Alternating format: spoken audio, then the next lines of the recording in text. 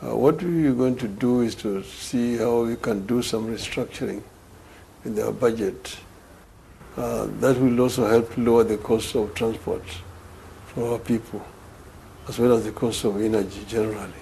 What do you mean restructuring? This basically means that you are cutting down on some expenditures which you are budgeted for.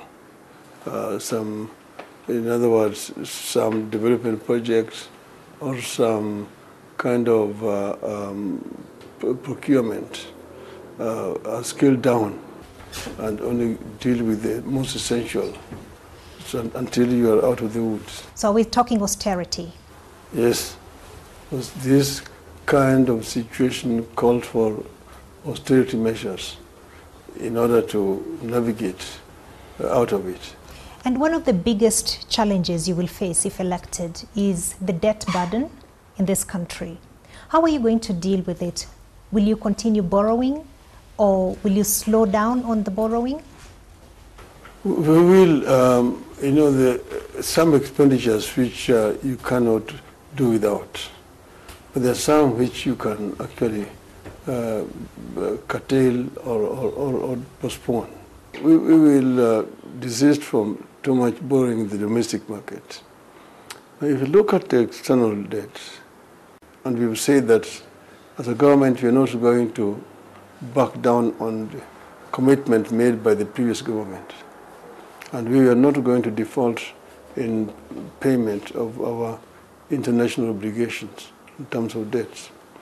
But what we will do is to try to see if we can restructure some of these external debts.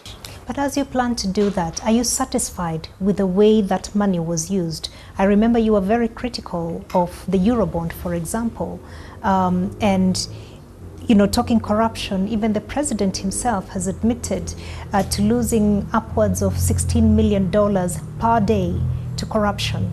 Are you satisfied with the way that money that was borrowed was used? No, I'm not satisfied. But we are now dealing with the past. So we are just going to do a post-mortem because the patient is already dead. But we will, of course, investigate some of these debts and see if they were properly utilized or who was responsible. How will you deal with corruption? We are going to try to run a zero rate corruption. We are going to basically say we don't want to see corruption.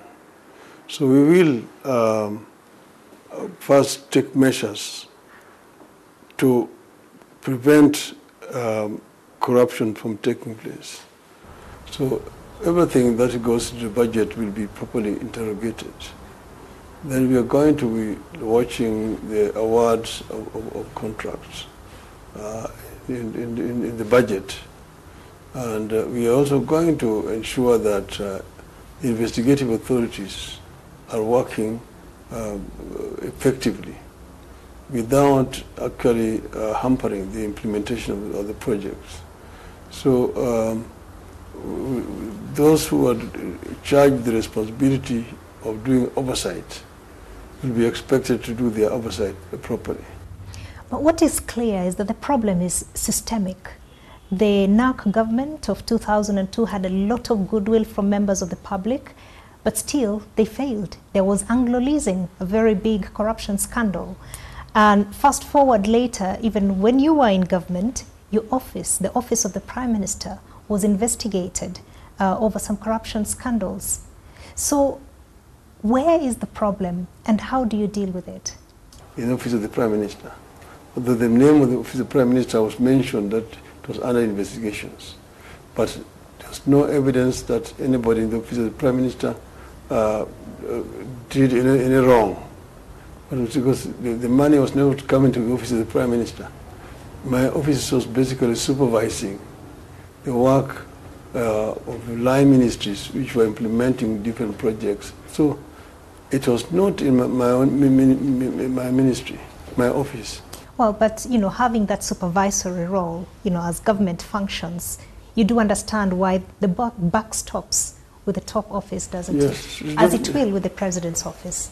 Which is right. And I'm saying, therefore, we did not deny.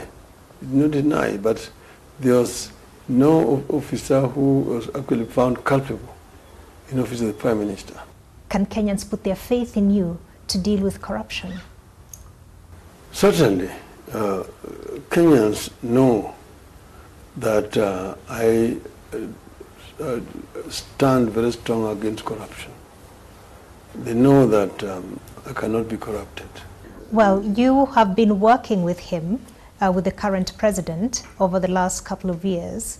But in his first term, you were a very strong critic, and you exposed quite a number of corruption scandals or allegations of corruption scandals, some of which touched on his family. But then that disappeared after you shook hands and agreed to work with him. What happened? I don't think that it disappeared. I think that it did not happen. But you see, I've not been working with the government. I have only been advising from the outside.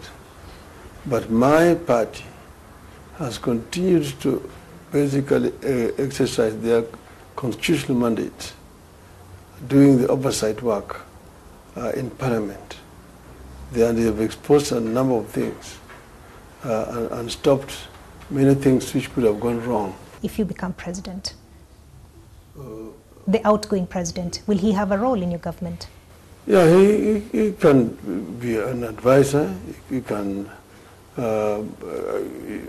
he can work with the government and support the government in some of the things that they're doing, particularly internationally.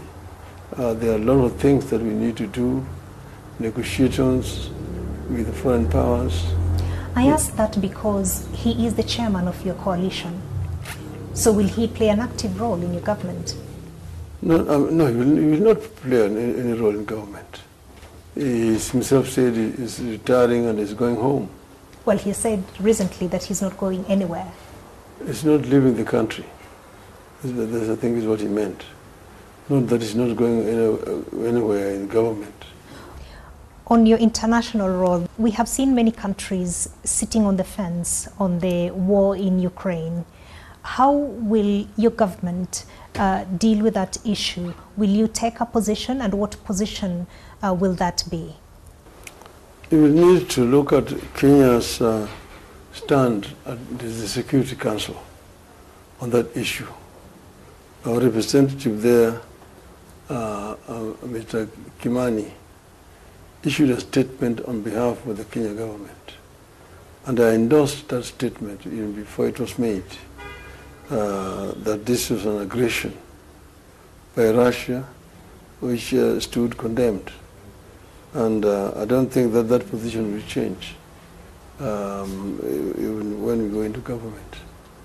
We will internationally lead a policy of non-alignment, but of dealing with international issues on their merits. We look at it, and also we look at Kenya's strategic self-interest. That is what is going to dictate the position we take on different international issues. Thank you very much, former Prime Minister. Thank you.